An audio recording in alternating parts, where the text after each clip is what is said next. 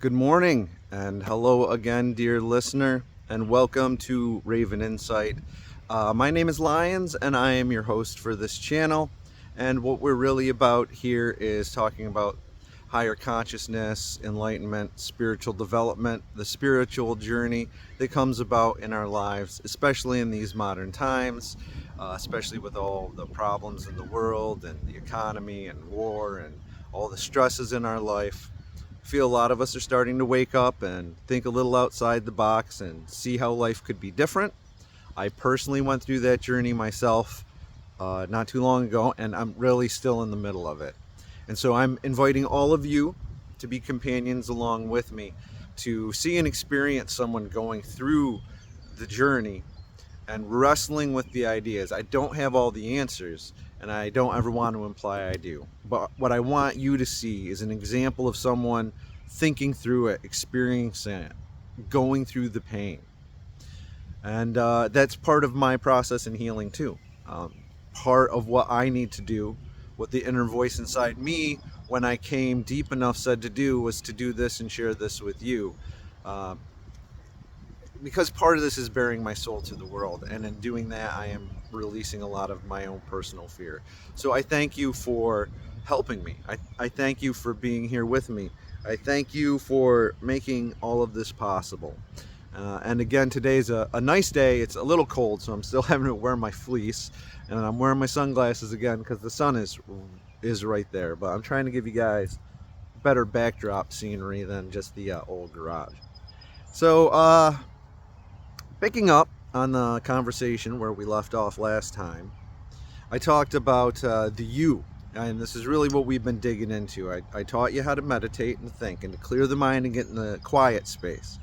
And I hope some of you have actually tried this and have gone to that quiet place. And I honestly hope that a lot of you are disturbed right now. I hope that you feel uncomfortable, because you should feel uncomfortable, because you're not a complete person. And we're going to talk about what causes this incompleteness, and that's the main topic of this episode, which is the idea of the ego, which we've talked about. We're going to delve into the ego a little bit more, because the ego is so critical to understanding and so critical to dealing with in a way in which you redefine your relationship with your ego, so that you understand your ego differently than you have up until this point in your life. And I showed yesterday, you have your id, your ego, and your super ego. So those are really three separate voices or three separate influences in your life. And the id very clearly is the part of you that wants to party and explore, and the super ego is really clearly that rule set that's been inherited that keeps us under control. So it's easier for us to visualize those as separate things. Again, I love that cartoon analogy of the angel and the devil sitting on your shoulder. Well, there's still the you in the center, but that you in the center that they show in the cartoon is really the ego you, and it's not the internal emotive you that I've talked about. So the ego gets up to a lot of crazy things in this life, and it exhibits itself in some very interesting ways. So a lot of us have seen narcissists in the world today, and it's become an in vogue term on the internet. Oh, this person's a narcissist, that person's a narcissist. And yeah, there's been a rise in narcissism in the world, probably due to social media. I mean, here I am, an introvert, and I'm online, right? So there's all sorts of people on Instagram and TikTok and Snapchat and Facebook and X or Twitter or what have you, promoting themselves. And when people look at themselves and package and market themselves in that way, they're really seeing themselves as a commodity. And again, you're not putting your true self out there. You're not putting the naked I'm singing in the shower self out there. You're putting in the I'm wearing a business suit and I went to a very good college representative out there, right? So you're never really putting your true self out there, especially on social media. All social media is a lie. It's everybody's best day in the world. Unless you're someone who seeks drama, you're not putting all the sad stuff on social media. And a lot of people look at social media and then they get disheartened because they think everyone else is having a great life when they're not. When you don't realize you're looking at their highlight reel while you're living your real life. And narcissism's thrown around a lot, but there is a psychological categorization for this in the DSM manuals. So it is a mental disorder that some people have.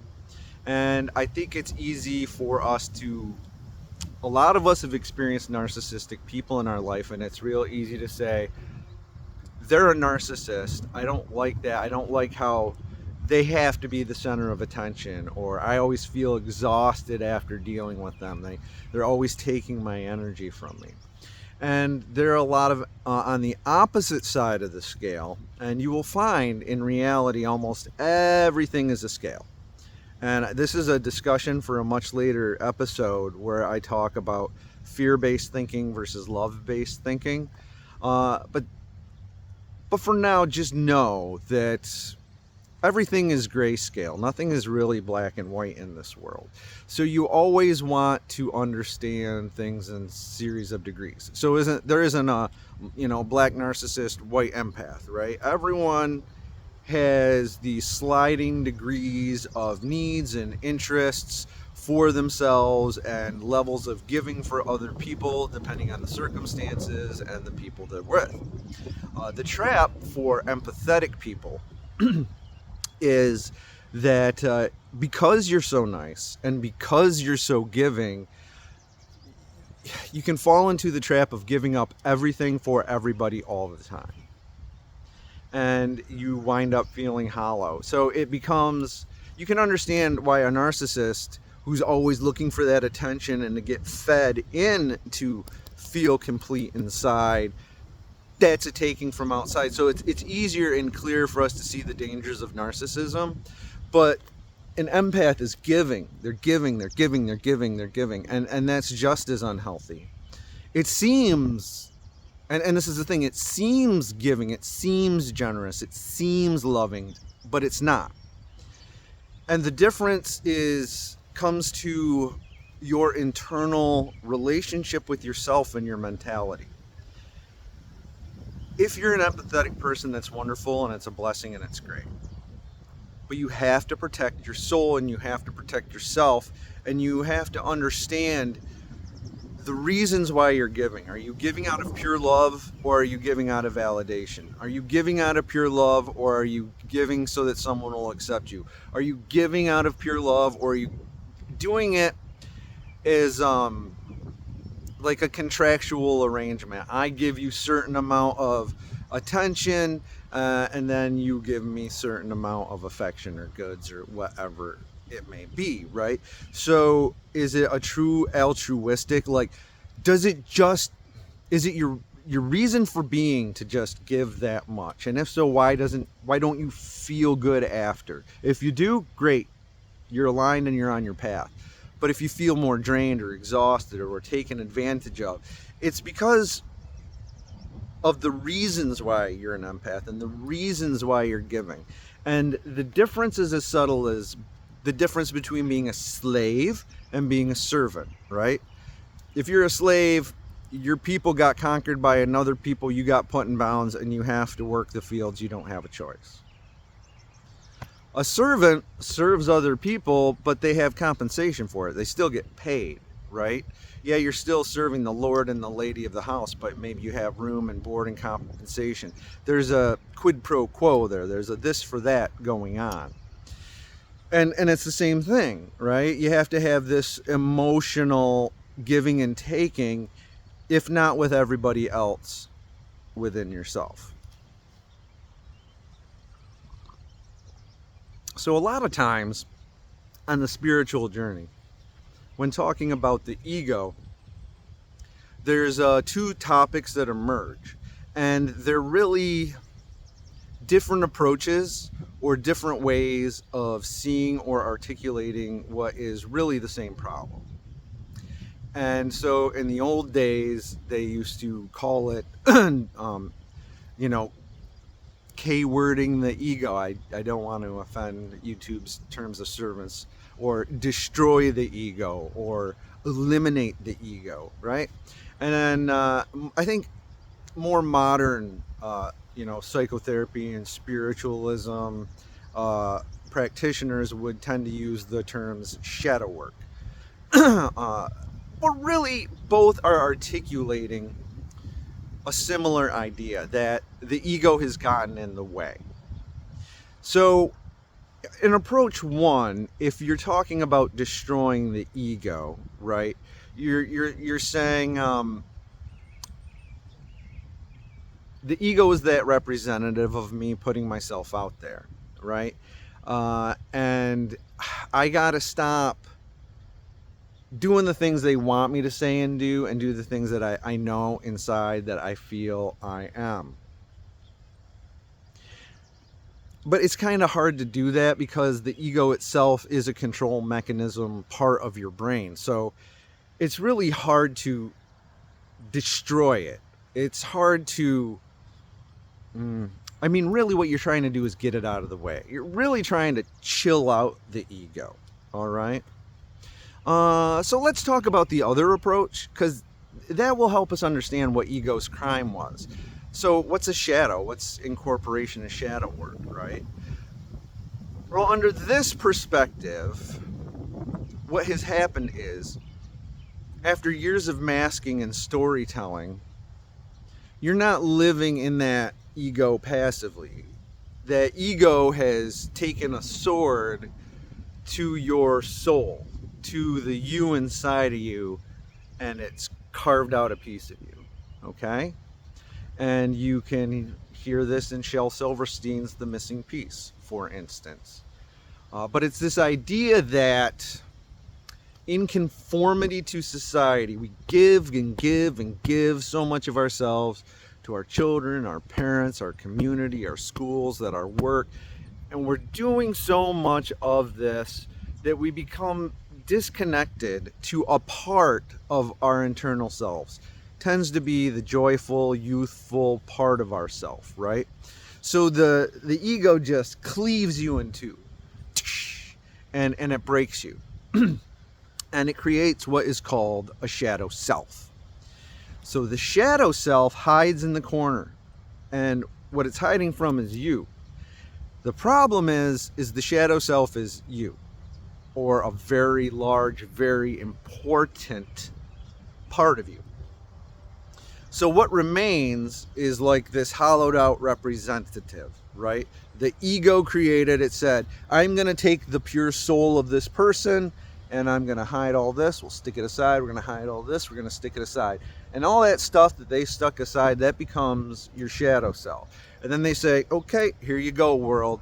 Here is the new and improved version of yourself, without all those secrets, without all those things that really bring you joy, without all those embarrassing kinks that you have, without all those things that you just don't want people to know about you, because if they said, I don't like that, then they don't like me.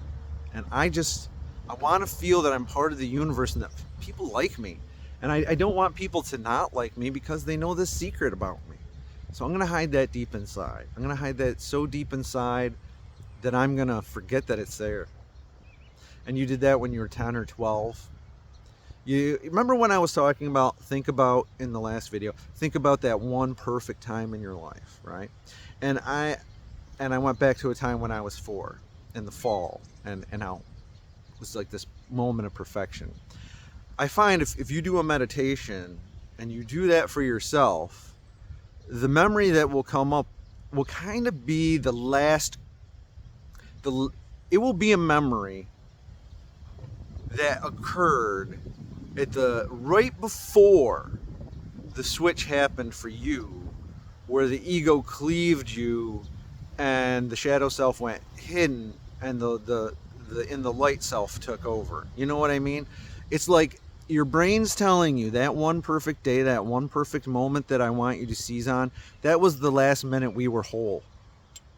That was the last minute we're complete. Get back to there. Get back to that memory. Get back to that feeling.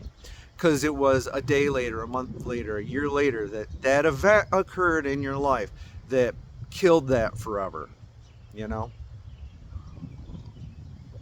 It's kind of like to a lesser degree, but this will give you the sense of the kind of thing that will do it to you, okay? I was in the 7th grade, 1987, 88-ish. Got the Nintendo Entertainment System. Legend of Zelda first came out. First one. Gold copy of the cartridge. Every boy in the neighborhood was like mad crazy about it. So my friends have it, and I go over to their house and we're playing it. I loved it. Now, my parents, like I said before, they're old school Catholics. So my mom fell hook, line, and sinker into the old satanic panic of the early 80s. So Dungeons and Dragons was verboten because she didn't want dragon or demons being sucked into our home. She even made some of my friends burn all their D&D books and the whole 9 yards. Like no heavy metal music, none of that evil stuff. But they didn't understand video games at all. So like it's a video game, Dungeons and Dragon paper thing. Not same thing, you can do this, even though it's fantasy and swords and magic and all the same stuff anyways. But so I was always into fantasy and I was always into these kind of things, and Legend of Zelda just really got me going. I loved it. And so I played some of it, and it gave me an idea for a story. And so I wrote up this story. Now, it was probably just some crap story from a 7th through 8th grader. You don't paint your masterpiece your first time out, but it was a story and it was short. And, it probably could have made more sense. It was incorporating a lot of elements from The Legend of Zelda in it, like the fairies and going to these places and this kind of thing. And I was really proud of it. So I bring it to my mom to show her, because as a child, you're always looking for mommy and daddy's approval. You're always looking for external validation. I couldn't just be happy that I wrote that story for myself and be proud of the fact that I liked it and it was cool and it was my thing. No. I had to bring it to my mommy so that mommy could tell me whether I was a good boy or not, whether this was okay to like or not, whether I wanted this or not. And you know what she did? She took out a red pen and she corrected all the grammar, the sentence structure, and the spelling. She had no commentary on the content, didn't care about my imagination. She just cared that it was written grammatically correct. And I was heartbroken. And I was like, well, why would you do that? And her response was, why would you bring me such a thing if you didn't want me to correct it? And that destroyed me, right? So there's a moment where, again, I'm seeking external validation. I'm not getting it, and it's pounding that ego. So this moment of pure joy that I had in writing the thing was quickly extinguished because I wasn't able to generate my happiness inside. I was looking for external validation. And now through more mature eyes, right, looking back on that situation, it's not a big deal, because that is my mom's way of showing love, because she is a rule follower, because that is what she understands. She doesn't understand fantasy. She doesn't understand like a fairy from an elf. She wouldn't know a troll from a dwarf. It doesn't interest her. It doesn't compute. All she saw was, my boy is bringing something to me. I want to provide help and value in the way I can, and this is the way it is. As a kid, that's not what I was looking for, but that's what I got. And so this ego, and it's hollowing out and severing a part of yourself and breaking out the shadow, is what causes a lot of our current temperaments, behaviors, irritations, hang-ups, all that good stuff. Because what bothers you in other people, what bothers you the most in other people, is the bullshit that they do that you see yourself doing, and you hate it. You hate when you see someone else doing it and you do it yourself. And so you get mad, The perfect example, again, is traffic. Traffic in cars makes so many wonderful examples because we all have to be into it, and it is a stressful situation. But like, if you're going down the road and you're in a hurry, then everybody else is driving too damn slow. What is wrong with these people? If you're in a state of mind where it's Sunday and you got nowhere to be, and you're going down the road and someone's on your butt at 80 miles an hour, oh, they're crazy. Wild ass. What is wrong with them? They're going to kill somebody. So we project a lot. And the things that we call out other people for doing, especially if you happen to fall somewhere on the more narcissistic scale of things, you're telling everybody what's on your mind. Because narcissistic people in particular just don't understand that we're not in their head, and we don't think what they're thinking. We don't feel the way that they do.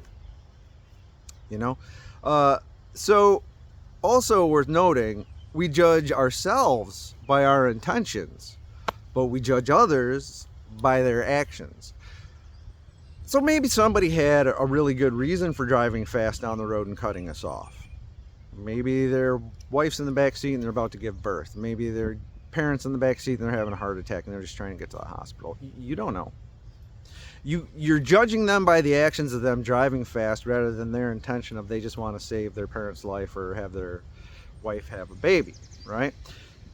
So we have these internal struggles, and rather than look at ourselves and fix ourselves, it's much easier to look at our crappy behavior exhibited in other people and go, that guy sucks. When really you got to be saying, this guy sucks. And you aren't even pointing at yourself. You're pointing at the mask. You don't suck. You don't hate yourself. You hate the mask that you've been wearing. And the reason you hate it is because it's not you and it fits too tight. You hate the stories that you're reading because it's not the kind of story that you want written. So whether you're destroying the ego, which is actively identifying those instances in one's life where your ego is speaking loudly, or you're reincorporating the shadow self, either approach is instrumental into bringing us back to a whole. And bringing us back to a whole is important because this is really the cause of so many of our problems. Once that piece is removed, right? Once that part of yourself is removed, it leaves a hole, like right here. It leaves a hole. Like, I'm not a huge chakra guy.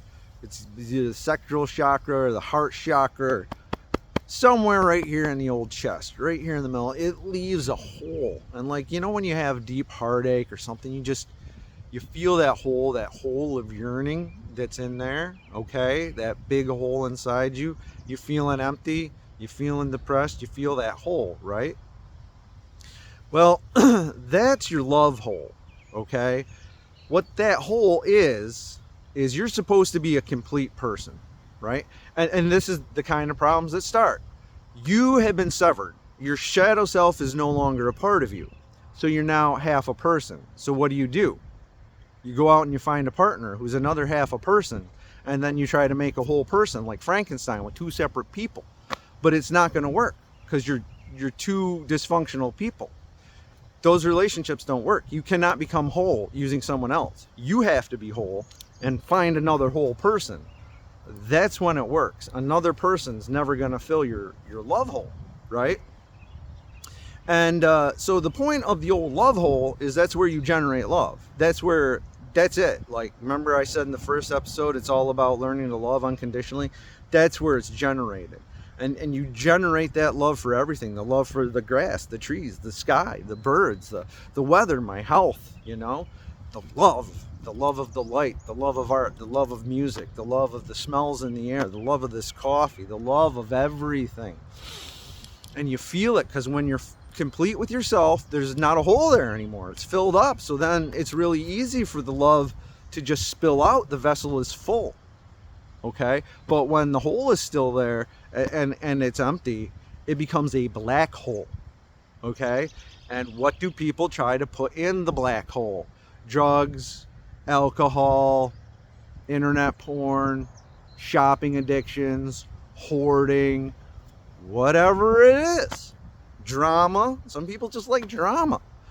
Put it in that hole, right? They're trying to fill their hole with something that needs to be filled with their self. That hole's supposed to be exit only. It's supposed to be shining love to the world. But if that hole is not filled, then, like I say, it becomes this vortex in which you're trying to suck everything back in, right? And so the shadow side of it, shadow reincorporation, is pretty much what I've been talking about. Experientially go back through your life while in deep meditation and try to find those perfect moments. And sit with them and know that that's your true self, and then get to that place within you, right? And when you go through life and you feel that there's something missing, compare it to that time and say, well, what about this experience doesn't align with it? And how can I bring it closer? What is it about this experience that's not resonating with me? What feels wrong about it? What feels right about it? How can I make it more a part of myself? And if it's silly, can I just accept my own truth? So much of everything we do is based on fear, and you fear yourself. You fear what you're going to find out. You know? Like this. This is essentially spiritualism, spiritual philosophy. Right? But like, look at me. I'm like a normal business looking white tech guy, you know? And did I ever think that I would do this? I mean, not really. I kind of always wanted to make money, you know what I mean? And my parents were super Catholic, so I always associated spirituality and religion with priests when I was a kid. And one time, you know, as a child, my mom said to just pray to God, and then the answers would come to you as to what you should do in life. And I was, you know, young, but I felt really spiritually connected inside, and I kind of always have. And I prayed to God, and he says, well, you're going to be a spiritual leader. And I was like, well, yeah, but I don't want to be a priest because I like women and I want to have sex, God damn it. So, like, I was like, that's a no-go for me. And then the universe just had a great sigh. Then when I was in high school, I was sitting there and we go to the guidance counselor and they had a computer there, and it was like the early 90s. So I mean, we're still talking, you know, green screen, older computer, and you put in all your skills and you put in everything about you, and it gave you job recs. And like my buddies are like, oh, engineer, materials engineer, like this or like that, doctor, you know, you be a lawyer, all this other stuff. I go to do this, it gives me 3 results. 3 results the guidance counselor machine told me that I should be based on my particular skill set in life. Number 1, nuclear waste disposal technician. Okay. I mean, I guess it does not really seem appealing to me. I mean, the pay is there, but not really my jam. Number 2, Jewish rabbi. I'm like, again, I know my name is Benjamin, but you kind of missed the mark, seeing as I am not Jewish, but good try. There. And number 3, it said cult leader. And I'm like, are you even trying? Who programmed the software that would even be an option? But here I am, 30 years later, talking to you about spirituality, right? It haunts you. I even did the family history and genealogy, and I find out, like, like I told you, my dad's a deacon, but going back generationally, almost every generation, hundreds of years, there's at least one preacher, cleric, holy man, whatever. So, you know, here I am, just a guy trying to live my life, but I'm also trying to be spiritually centered and give back to the world. This is my love hole given back to everybody. You see? Because the world can be a beautiful place. I mean, God, look at how beautiful it is here right now. And so much of it just comes to, you know, getting out of our own ways. And, you know, we can talk a little bit more about the ego and seeing where it flares up. But I think you kind of get it now. I will give you this one parting idea or a tool to help you see it in action, right?